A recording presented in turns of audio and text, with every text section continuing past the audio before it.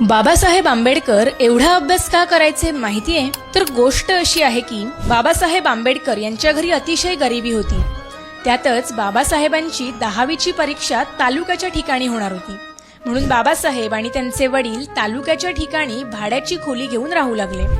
वडील रोज घरीच स्वयंपाक करत आणि बाबासाहेब पेपर देऊन आल्यावर जेवत असत. रोज जेवताना बाबासाहेब वडिलांना जेवण्यासाठी विचारायचे, पण वडील सांगायचे की तू जेव आधी, मी मग जेवेन. पण बाबासाहेबांना लक्षात आलं की आपलं जेवून झाल्यावर जेवणच शिल्लक राहत नाही. लगेच त्यांनी वडिलांना विचारलं की माझं जेवून झाल्यावर भाकरीच शिल्लक राहत नाही, मग तुम्ही इतक्या दिवसांपासून काय खाता? रोज तुम्ही उपाशी आहात. यावर वडील बाबासाहेबांना बोलले, भीमराव, या भाकरीने माझी भूक भागणार नाही. जेव्हा तुम्ही शिकून खूप मोठे व्हाल आणि जग तुमचा जय जयकार करेल आणि हे जेव्हा मी माझ्या डोळ्यांनी बघेन तेव्हा माझी भूक भागेल. वडिलांच्या शब्दानुसार बाबासाहेबांनी वडिलांचं स्वप्न पूर्ण करून दाखवलं आणि समाजालाही शिक्षणासाठी प्रेरित केलं.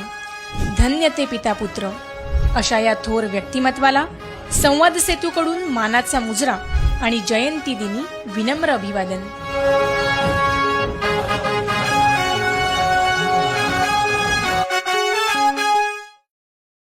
Download ShareChat.